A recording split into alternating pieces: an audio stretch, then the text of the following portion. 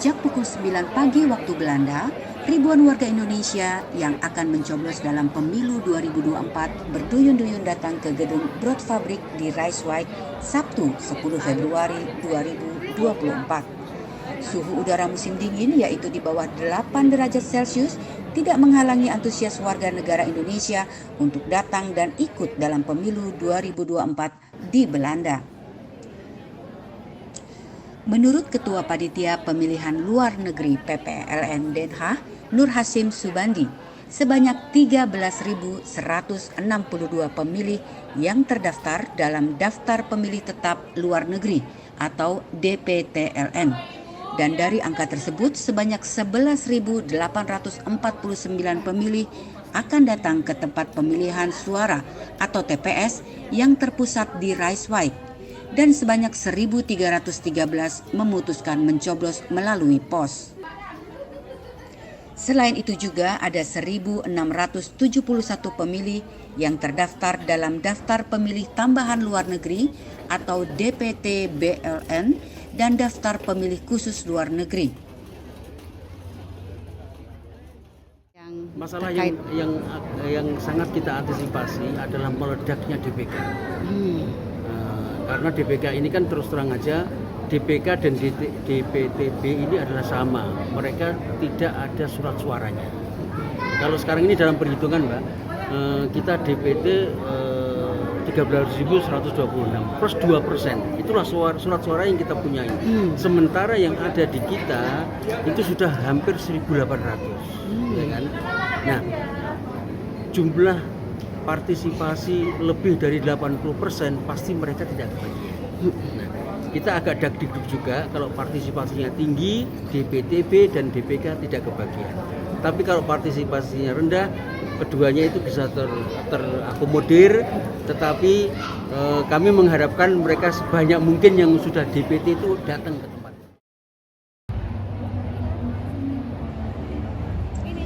Hasim menambahkan untuk mengantisipasi tingginya animo masyarakat, PPLN menyediakan 7 tempat pemungutan suara yang seluruhnya terkonsentrasi di satu tempat di gedung The Broodfabriek Rijswijk.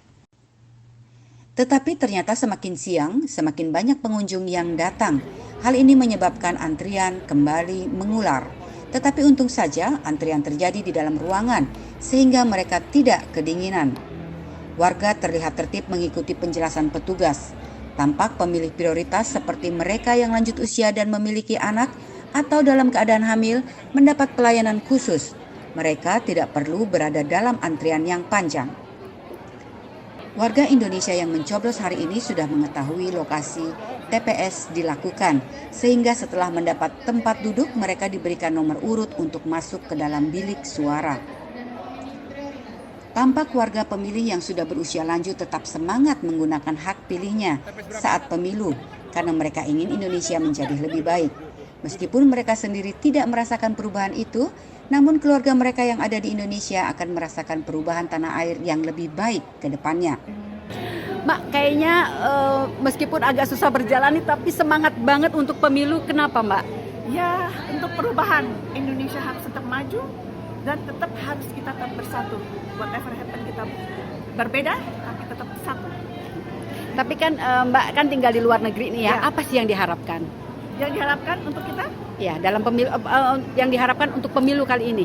Pemilu kali ini kita berharap untuk bangsa Indonesia, rakyat Indonesia tidak ada lagi kemiskinan, tidak ada lagi kesenjangan, tidak ada lagi diskriminasi. Itulah buat bangsa kita Indonesia. Hanya itu harapan saya. Pembaruan buat bangsa Indonesia tahun 2020.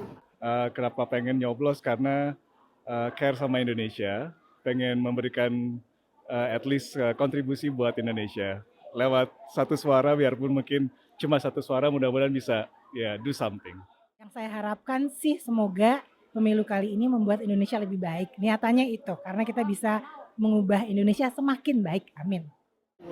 Luar biasa, kalau orang sini bilang keep it felt gitu, merinding rasanya juga bahagia, sedih juga karena saya udah gak punya hak lagi untuk ikut pemilihan. Sayang banget gitu, jadi kadang-kadang rasanya tuh nggak tahu deh, ada penyesalan jadi warga negara Belanda juga, tapi ada juga apa sih namanya satu sisi yang membuat juga saya ya, ada sisi positifnya lah gitu, bisa jadi WNA gitu.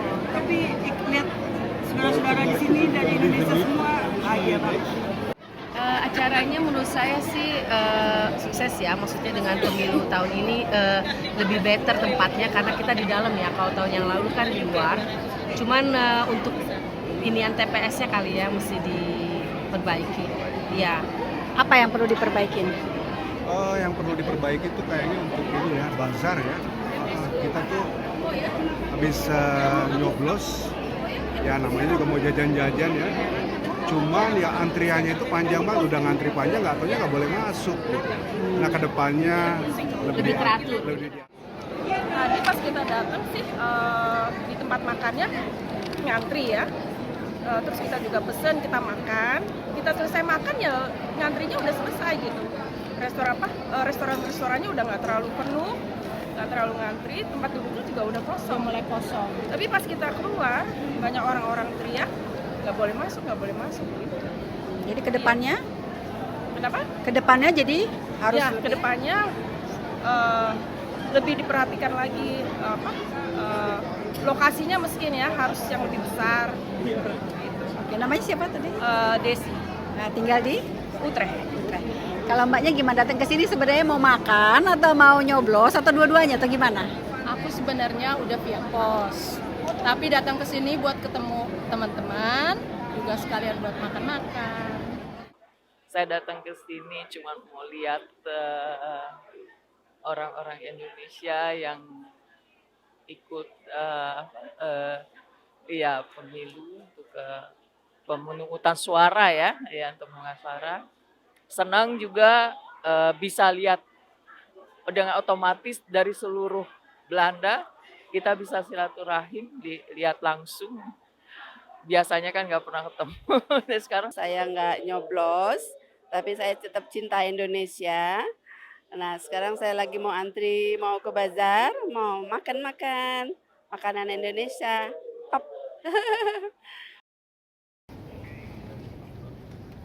Rangkaian Pemilu Indonesia 2024 di Belanda ini akan dilanjutkan dengan perhitungan suara yang dilaksanakan pada 14 Februari 2024 dan pada tanggal 17 Februari 2024 untuk penghitungan suara melalui pos sekaligus rekapitulasi suara di KBRI Den Haag. Yuke Mayarati melaporkan.